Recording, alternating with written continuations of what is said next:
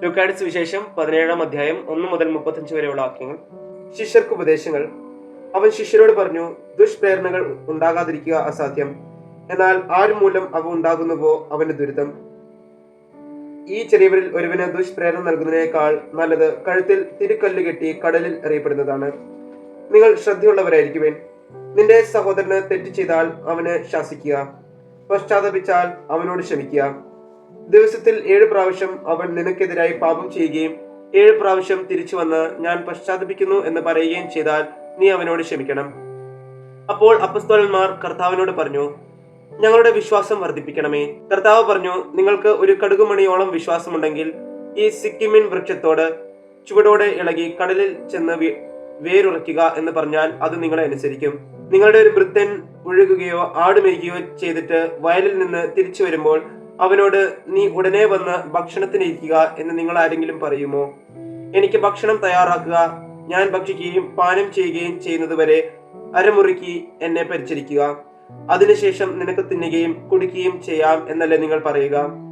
കൽപ്പിക്കപ്പെട്ടത് ചെയ്തുകൊണ്ട് ദാസനോട് നിങ്ങൾ നന്ദി പറയുമോ?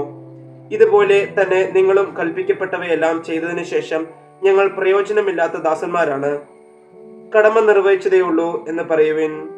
10 കുഷ്ഠരോഗികൾ.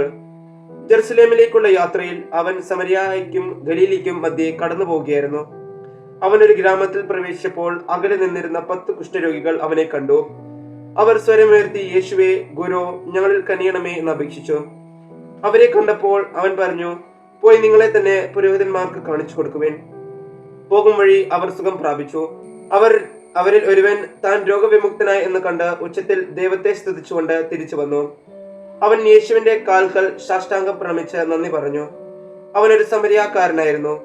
യേശു ചോദിച്ചു, 10 പേരല്ലേ സുഖപ്പെട്ടത്? ബാക്കി 9 പേരെവിടെ? ഈ വിജാതീയനല്ലാതെ മറ്റാർക്കും തിരിച്ചു വന്ന് ദൈവത്തെ മഹത്വപ്പെടുത്തണം എന്ന് തോന്നിയില്ലേ? അനന്തരം യേശു അവനോട് പറഞ്ഞു, എഴുന്നേറ്റ് പോയിക്കൊള്ളുക, നിന്റെ വിശ്വാസം തന്നെ രക്ഷിച്ചിരിക്കുന്നു. മനുഷ്യപുത്രന്റെ ആഗമനം.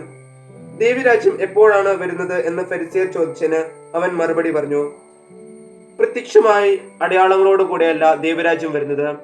ഇതാ ഇവിടെ, അതാ അവിടെ എന്ന് ആരും പറയുകയുമില്ല. എന്നാൽ ദൈവരാജ്യം നിങ്ങളുടെ ഇടയിൽ തന്നെയുണ്ട്. അവൻ ശിഷ്യരോട് പറഞ്ഞു, മനുഷ്യപുത്രന്റെ ദിവസങ്ങളിൽ ഒന്ന് കാണാൻ നിങ്ങൾ ആഗ്രഹിക്കുന്ന സമയം വരും, എന്നാൽ നിങ്ങൾ കാണുകയില്ല. അതാ അവിടെ, ഇതാ ഇവിടെ എന്ന് അവർ നിങ്ങളോട് പറയും. നിങ്ങൾ പോകരുത്, അവരെ നിങ്ങൾ അനുഗമിക്കുകയും അരുത്. ആകാശത്തിന്റെ ഒരറ്റത്ത് നിന്ന് മറ്റേ അറ്റത്തേക്ക് പായുന്ന മിന്നൽ പിണർ പ്രകാശിക്കുന്നത് പോലെയായിരിക്കും തന്റെ ദിവസത്തിൽ മനുഷ്യപുത്രനും. എന്നാൽ ആദ്യമേ അവൻ വളരെ കഷ്ടതകൾ സഹിക്കുകയും ഈ തലമുറയാൽ ഉപേക്ഷിക്കപ്പെടുകയും ചെയ്യേണ്ടിയിരിക്കുന്നു. നോഹയുടെ ദിവസങ്ങളിൽ സംഭവിച്ചത് എങ്ങനെയോ അങ്ങനെയായിരിക്കും മനുഷ്യപുത്രന്റെ ദിവസങ്ങളിലും. നോഹ പേടകത്തിൽ പ്രവേശിക്കുകയും ജലപ്രളയം വന്ന് സകലം നശിപ്പിക്കുകയും ചെയ്തവരെ അവർ തിന്നും കുടിച്ചും വിവാഹം ചെയ്തു കൊടുത്തും കഴിഞ്ഞിരുന്നു. ലോത്തിന്റെ നാളുകളിലും അങ്ങനെ തന്നെയായിരുന്നു. അവർ തിന്നുകയും കുടിക്കുകയും വാങ്ങുകയും വിൽക്കുകയും നടുകയും വീട് പണിയുകയും ചെയ്തുകൊണ്ടിരുന്നു. പക്ഷേ ലോത്ത് സോതോമിൽ നിന്ന് ഓടിപ്പോയി ദിവസം സ്വർഗത്തിൽ നിന്ന് തീയും ഗന്ധകവും പെയ്ത് അവരെയെല്ലാം നശിപ്പിച്ചു. ഇപ്രകാരം തന്നെയായിരിക്കും മനുഷ്യപുത്രൻ വെളിപ്പെടുന്ന ദിവസത്തിലും. ആ ദിവസം പുരമുകളിലായിരിക്കുന്നവൻ വീടിനകത്തുള്ള തന്റെ സാധനങ്ങൾ എടുക്കാൻ താഴേക്ക് ഇറങ്ങി പോകരുത്.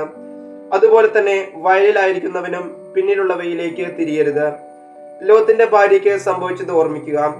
തന്റെ ജീവൻ നിലനിർത്താൻ പരിശ്രമിക്കുന്നവൻ അത് നഷ്ടപ്പെടുത്തും, എന്നാൽ തന്റെ ജീവൻ നഷ്ടപ്പെടുത്തുന്നവൻ അത് നിലനിർത്തും. ഞാൻ നിങ്ങളോട് പറയുന്നു, അന്ന് രാത്രി ഒരു കട്ടിലിൽ 2 പേരുണ്ടായിരിക്കും.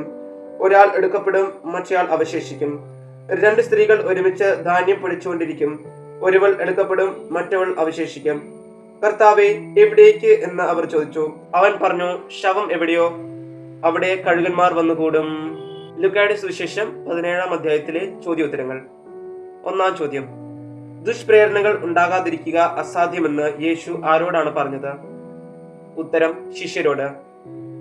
2-ാം ചോദ്യം, നിന്റെ സഹോദരന് തെറ്റ് ചെയ്താൽ എന്ത് ചെയ്യണം എന്നാണ് പറയുന്നത്? ഉത്തരം, അവനെ ശാസിക്കുക. 3-ാം ചോദ്യം, പോയി നിങ്ങളെ തന്നെ പുരോഹിതന്മാർക്ക് കാണിച്ചു കൊടുക്കുവേൻ. ഇത് ഈശോ ആരോടാണ് പറഞ്ഞത്? ഉത്തരം, 10 കുഷ്ഠരോഗികളോട്. 4-ാം ചോദ്യം, താൻ രോഗവിമുക്തനായി എന്ന് കണ്ട് ദൈവത്തെ സ്തുതിച്ചുകൊണ്ട് തിരിച്ചു വന്ന് കുഷ്ഠരോഗി ഏതു നാട്ടുകാരനായിരുന്നു? ഉത്തരം, സമരിയാക്കാരൻ. 5-ാം ചോദ്യം, ദൈവരാജ്യം എപ്പോഴാണ് വരുന്നത് എന്ന് ചോദിച്ചത് ആരാണ്? ഉത്തരം ഫരിസേയർ. ആറാം ചോദ്യം, ലോത്ത് സോതോമിൽ നിന്ന് ഓടിപ്പോയ ദിവസം സ്വർഗത്തിൽ നിന്ന് പെയ്തത് എന്താണ്? ഉത്തരം തീയും ഗന്ധകവും. ഏഴാം ചോദ്യം, ശവം എവിടെയാണോ ഉള്ളത് അവിടെ വന്നു കൂടുന്നത് എന്താണ്? ഉത്തരം കഴുകന്മാർ. എട്ടാം ചോദ്യം, ആദ്യമേ അവൻ വളരെ കഷ്ടതകൾ സഹിക്കുകയും ഈ തലമുറയിൽ ഉപേക്ഷിക്കപ്പെടുകയും ചെയ്യേണ്ടിയിരിക്കുന്നു. ആര്? ഉത്തരം മനുഷ്യപുത്രൻ. ഒമ്പതാം ചോദ്യം, ദൈവരാജ്യം നിങ്ങളുടെ ഇടയിൽ തന്നെയുണ്ട് എന്ന് യേശു ആരോടാണ് പറഞ്ഞത്? ഉത്തരം ഫരിസേയരോട്. പത്താം ചോദ്യം, ലൂക്കായുടെ സുവിശേഷം 17-ാം അധ്യായം 5-ാം വാക്യം അനുസരിച്ച് ഞങ്ങളുടെ വിശ്വാസം വർദ്ധിപ്പിക്കണമേ എന്ന് ആരാണ് കർത്താവിനോട് പറഞ്ഞത്? ഉത്തരം അപ്പസ്തോലന്മാർ.